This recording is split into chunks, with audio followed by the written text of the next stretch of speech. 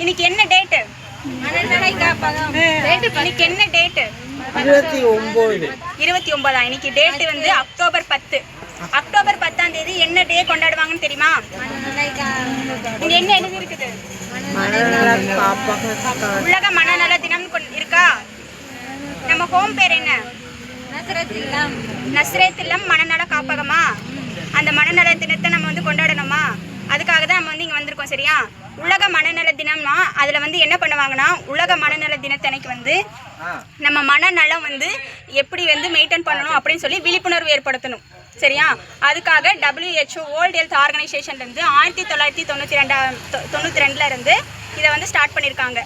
உலக மனநலத்தை பற்றி எல்லாத்துக்கும் விழிப்புணர்வு ஏற்படுத்தணும்.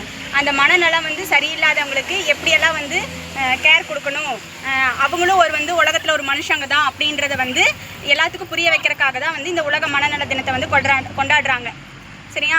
உலக மனநலத்தை வந்து எப்படியெல்லாம் பாதுகாக்கணும், மனநலத்தை வந்து எப்படியெல்லாம் மெயின்டைன் பண்ணணும் அப்படின்னா வந்து ஃபர்ஸ்ட் வந்து இங்கே நிறைய பேர் எதுக்காக வந்திருக்கீங்க? மன அழுத்தம் குறையும். மன அழுத்தம் குறையும். மன அழுத்தம் ஏன் வருது உங்களுக்கெல்லாம்? அதிகப்படியாக பாரத தாயோ தந்தையோ இறந்த அவங்க பாரம், அவங்க இழப்பு வந்து ஒரே ஸ்ட்ரெஸ்ஸாக இருக்கனால தான் வந்து நம்மளுக்கு மன அழுத்தத்தினால இங்கே வந்து வந்திருக்கீங்க. அந்த மன அழுத்தத்தெல்லாம் வந்து எப்படியெல்லாம் குறைக்கிறது அப்படின்னு வந்து இந்த டே அன்னைக்கு வந்து சொல்லி தருவாங்க. அதான் வந்து உலக விழிப்புணர்வு தினம். ஃபர்ஸ்ட் விஷயம் வந்து என்னன்னு தெரியுதா? சத்தான உணவு உட்கொள்ளுது. அப்படி இல்லை, இது என்னது? இருமல் டானிக். டானிக்கா? சாராய ஒழிப்பு திட்டம் இது. அதுக்கப்புறம் இது என்ன தெரியுமா? ஸ்மோக்கிங். என்னது இது? சிகரெட். இது வந்து இது என்னன்னு தெரியுதா? இன்ஜெக்ஷன். அப்போ இதுல இருந்து உங்களுக்கு என்ன புரியுது அப்படின்னா, அதிகமா மது அருந்தக்கூடாது. சரியா? மது அருந்தது வந்து தவிர்க்கணும். அதுக்கப்புறம் ஸ்மோக் பண்ணக்கூடாது. இங்க ஒரு சில பேர் இருப்பீங்க, என்னன்ட்டு பீடி குடிக்காம என்னால் இருக்க முடியாது அப்படின்னு தானே இருக்கீங்க. அதுக்கப்புறம் வந்து போதைப் பொருள் யூஸ் பண்ணுறது பார்த்துருக்கீங்களா? சரியா? இதெல்லாம் வந்து நம்ம தவிர்க்கணும். சரியா? குடிக்கக்கூடாது.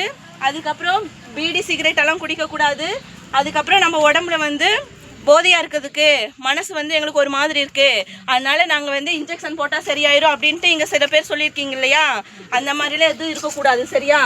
அதுக்கு தான் ஃபஸ்ட்டு படம். சரியா? ரெண்டாவது படம் என்னன்னா, நல்ல சத்தான உணவு, பழங்கள், காய்கறி எல்லாம் சாப்பிடணும். சரியா? அதுக்கப்புறம் நல்லா தூங்கணும். இப்போ நல்லா தூங்கின்னு என்ன ஆகும்?